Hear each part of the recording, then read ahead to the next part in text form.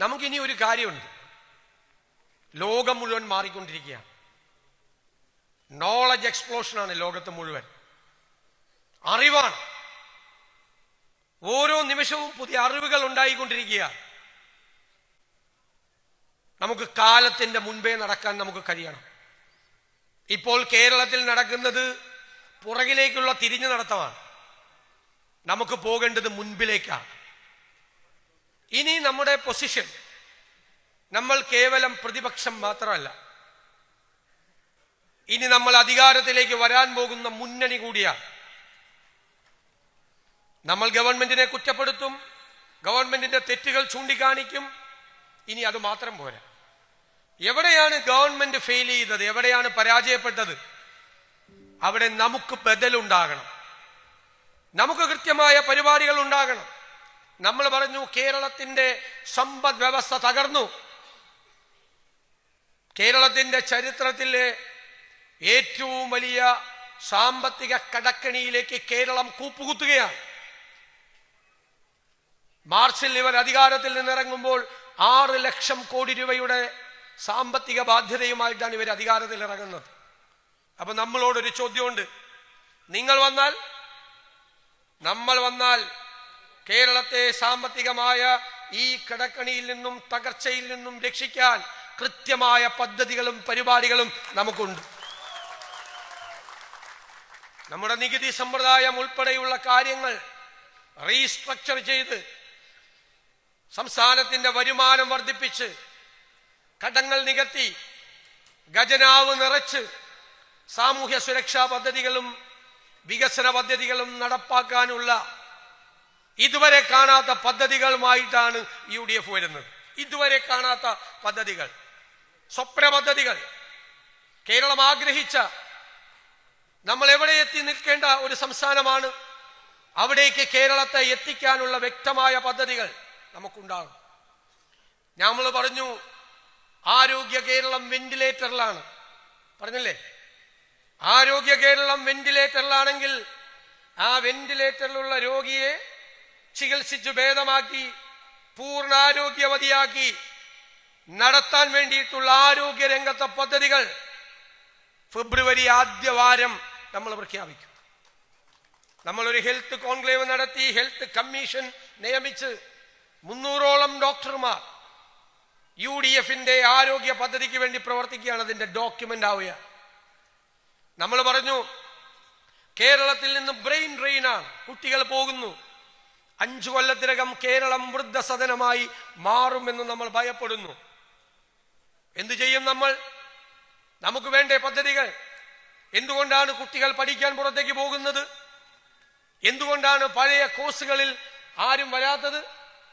എന്തുകൊണ്ടാണ് പഠിക്കാൻ പോകാത്തത് കുട്ടികൾ? ആ കോഴ്സുകൾ പഠിച്ചാൽ അവർക്ക് ജോലിയില്ല എന്നവർ തിരിച്ചറിയുന്നു. നമുക്കൊരു സംവിധാനമുണ്ടാകും. ലോകത്ത് തൊഴിൽ രംഗം മാറിക്കൊണ്ടിരിക്കുകയാണ്, തൊഴിലിന്റെ സ്വഭാവം മാറിക്കൊണ്ടിരിക്കുകയാണ്.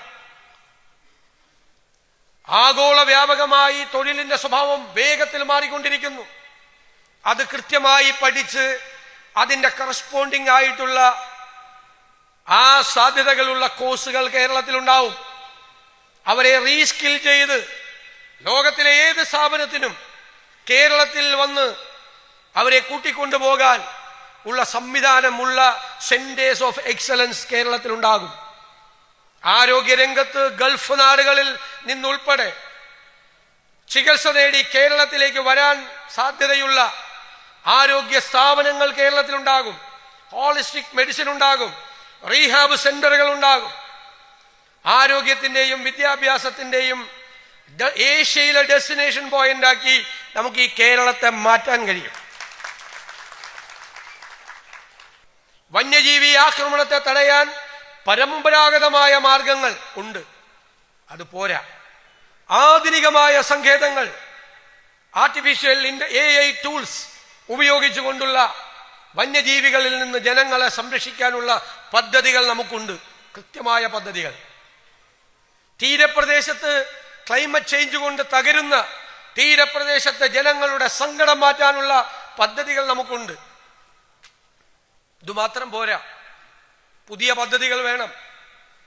എന്താ കേരളത്തിന്റെ സവിശേഷതകൾ, കേരളത്തിന്റെ പ്രത്യേകതകൾ? നമുക്ക് 530ഓളം കിലോമീറ്റർ ദൂരത്തിൽ നമുക്ക് തീരപ്രദേശമുണ്ട്, ഇല്ലേ? 2 ഇന്റർനാഷണൽ സീ പോർട്ടുണ്ട് കേരളത്തിൽ, 17 മിനി പോർട്ടുകളുണ്ട് കേരളത്തിൽ. UDF ചർച്ച ചെയ്യുകയാണ്, നമ്മൾ അധികാരത്തിൽ വരുമ്പോൾ കേരളത്തിൽ നമ്മൾ കോസ്റ്റൽ ഷിപ്പിംഗ് ആരംഭിക്കുകയാണ്. ആദ്യം റോഡിലൂടെ പോകുന്ന മെറ്റീരിയൽസ് 50 to 75% കടലിലൂടെ കൊണ്ടുപോകണം. റോഡിൽ കൂടി കൊണ്ടുപോകുന്നതിന്റെ 1/4 ചെലവ്. റോഡ് മുഴുവൻ ഫ്രീ ആക്കണം, വേണ്ടേ? 3ാമത്തെ ഘട്ടത്തിൽ നമുക്ക് ക്രൂയിസ് ഷിപ്പിംഗ് തുടങ്ങണം. തീരപ്രദേശത്തെ സാധാരണക്കാരായ ജനങ്ങളുടെ മക്കൾക്ക് അവിടെ ഉണ്ടാകുന്ന ജോലിയുടെ 1/3 കൊടുക്കണം, സംവരണം കൊടുക്കണം. സിംഗപ്പൂരിനെ പോലെ, സിയാറ്റിലിനെ പോലെ കേരളത്തിനൊരു പോർട്ട് സിറ്റിയായി മാറാനുള്ള സാധ്യതകളുടെ തുടക്കം UDF ഭരണകാലത്തുണ്ടാവും, മാറ്റമുണ്ടാവും. നമുക്ക് 4 ഇന്റർനാഷണൽ എയർപോർട്ടുകളുണ്ട്. അതിൽ കൊച്ചി ഇന്റർനാഷണൽ എയർപോർട്ടും കണ്ണൂർ ഇന്റർനാഷണൽ എയർപോർട്ടും. അത് രണ്ടും ഗവൺമെന്റിന് കൺട്രോളുള്ള എയർപോർട്ടുകളാണ്. അതിനെ രണ്ടിനെയും ഇന്റഗ്രേറ്റ് ചെയ്യണം. 9 പദ്ധതികൾ ഏവിയേഷനുമായി ബന്ധപ്പെട്ട് നമുക്കുണ്ട്, നമ്മുടെ കയ്യിലുണ്ട്. ഇപ്പൊ പറയില്ല, ഫെബ്രുവരിയിൽ നമ്മൾ പ്രഖ്യാപിക്കും. നിരവധിയായ കാര്യങ്ങൾ. ഇന്ത്യയിൽ ഏറ്റവും കൂടുതൽ റെമിറ്റൻസ് ഉള്ള സംസ്ഥാനം കേരളമാണ്, നമ്പർ 1. ഞങ്ങൾ അതിനെക്കുറിച്ചൊരു സ്റ്റഡി നടത്തിയിരുന്നു അടുത്ത വർഷം. അത് മുഴുവനൊന്നും വേണ്ട. ആദ്യ വർഷം അതിൻ്റെ ഒരു 10% മതി. നിങ്ങളെ പ്രവാസികളെ എല്ലാ ഇത്തരം സംരംഭങ്ങളിലും, പുതിയ സംരംഭങ്ങളിൽ നിങ്ങളെ പങ്കാളികളാക്കണം. അതാണ് ആഗ്രഹിക്കുന്നത്. ഞാൻ വലിയ തുകയൊന്നുമല്ല പറയുന്നത്, ചെറുത്. ഷെയ എന്ന് പറഞ്ഞാൽ വലുത് വേണ്ടെന്നല്ല. ഞാൻ പറഞ്ഞു ഇന്നലെ KBF ഞാൻ പറഞ്ഞു, വലിയ ഇൻവെസ്റ്റ്മെന്റുമായിട്ട് വരുന്നവർ അവരെ എയർപോർട്ടിൽ സ്റ്റേറ്റ് ഗവൺമെന്റിന്റെ പ്രതിനിധി കാത്തു നിൽക്കും. അവിടെ സ്റ്റേറ്റ് കാറിൽ കൊണ്ടുപോകും. സ്റ്റേറ്റിന്റെ അതിഥിയായിരിക്കും. എന്നുവെച്ചാൽ ചെറിയ ആളുകൾ മോശക്കാരായിട്ടുണ്ടല്ല, കൂടുതൽ വരട്ടെ. വലിയ ആളുകൾ, ഇടത്തരം ജോലി ചെയ്യുന്ന സാധാരണക്കാർക്കും പങ്കാളിത്തമുള്ള സംരംഭങ്ങൾ വേണം. CIAL model, Cochin international airport model. Government പകുതി നിങ്ങൾ. ഇൻകം ജനറേറ്റ് ചെയ്യുന്ന പദ്ധതികൾ, നിരവധി പദ്ധതികൾ ആവിഷ്കരിച്ചിട്ടുണ്ട്.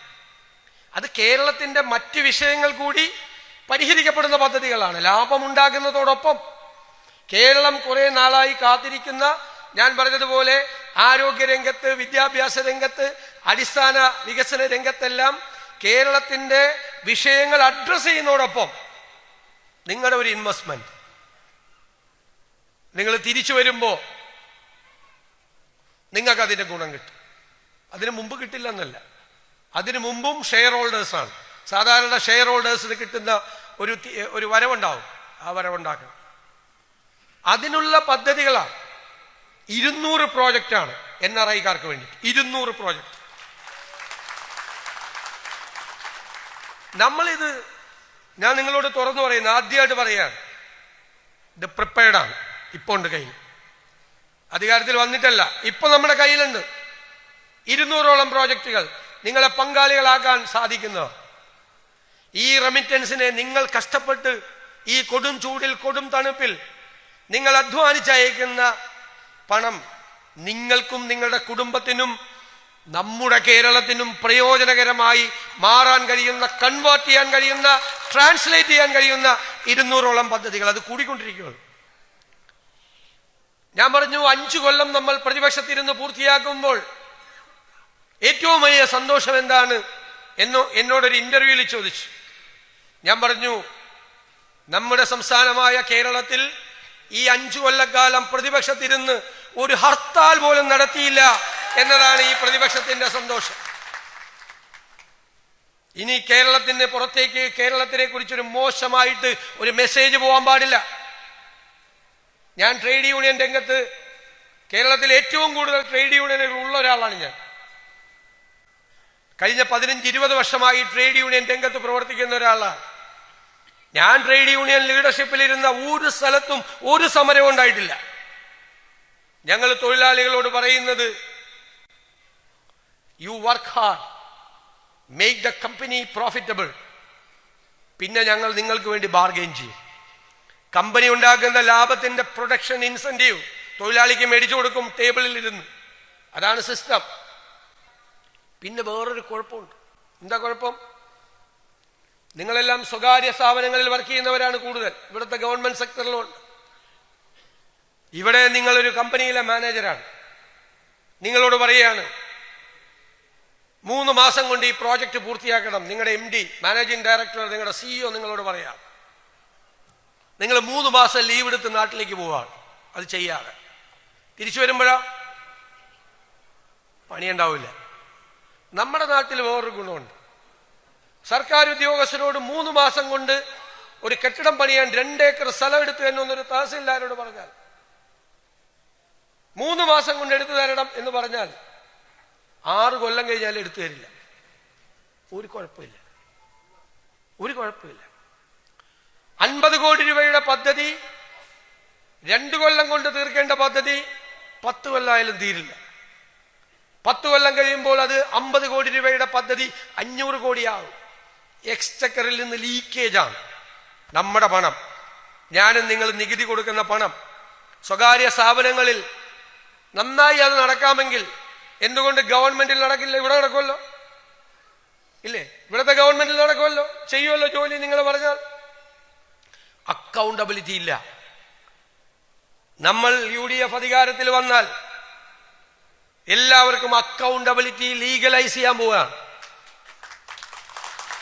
6 മാസം കൊണ്ടൊരു പണി പൂർത്തിയാക്കണമെന്ന് പറഞ്ഞാൽ 181ാമത്തെ ദിവസം അയാളത് പൂർത്തിയാക്കിയില്ലെങ്കിൽ അയാൾ അക്കൗണ്ടബിൾ ആവും, ഉത്തരം പറയേണ്ടി വരും. അപ്പോ ഞാൻ കരുതുന്നത് മലയാളി ആയതുകൊണ്ട്, മിടുമിടുക്കന്മാരും മിടുമിടുക്കികളും ആയതുകൊണ്ട് 6 മാസം കൊണ്ട് തീർക്കേണ്ട പദ്ധതി ഇങ്ങനൊരു സംഭവം ഉണ്ടെങ്കിൽ 3 മാസം കൊണ്ട് പൂർത്തിയാക്കും. നിങ്ങൾ സ്വകാര്യ സ്ഥാപനങ്ങളെ പോലെ ഞെട്ടിക്കുന്ന മലയാളികളാണ് കേരളത്തിലുള്ളത്. അവർ ചെയ്യും. ഒരു സംവിധാനം ഇല്ലാഞ്ഞിട്ടാണ്. സംവിധാനങ്ങൾ ഉണ്ടാകണം, സിസ്റ്റമൈസ് ചെയ്യണം.